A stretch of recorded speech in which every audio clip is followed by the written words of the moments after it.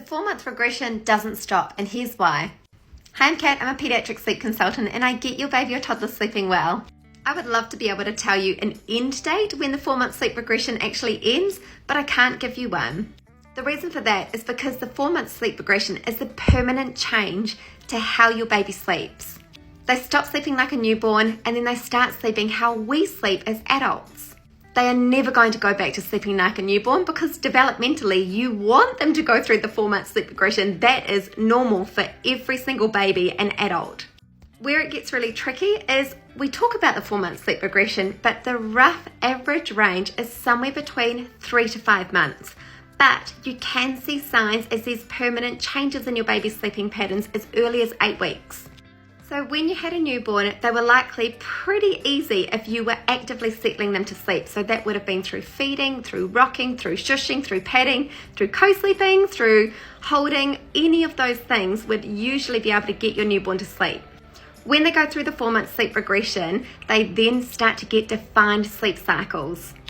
Those sleep cycles consist of REM and non-REM sleep, and they are roughly between 30 to 45 minutes during the day and then around 90 to 120 minutes at night. When your little one goes through a defined sleep cycle, it means that at the end of a sleep cycle, they can either have a partial or a full waking. Here's the kicker. However your little one was put to sleep in the first place at the beginning of their nap or the beginning of their bedtime, when they wake up after a sleep cycle, they are looking for that same sleep association to put them back to sleep. So if you currently feed your little one to sleep and they have gone through this permanent shift in their sleeping patterns, when they wake up after a sleep cycle, so after say 30 to 45 minutes, they will be wanting you to feed them to get them to go back to sleep again. That's why the best way to get through the 4-month sleep regression is to start to work on your little one's settling skills so that they learn how to fall asleep at the beginning of naps and bedtime, which can then help them to fall back asleep when they wake up after a sleep cycle.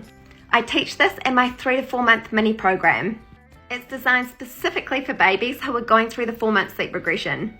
We start working on a consistent and predictable schedule, which you can do as early as 3 months, and we also very gently start working on teaching them how to self-settle. At this age, there is no cried out, and a lot of these approaches are really hands-on because we're really wanting to do it gently at this stage.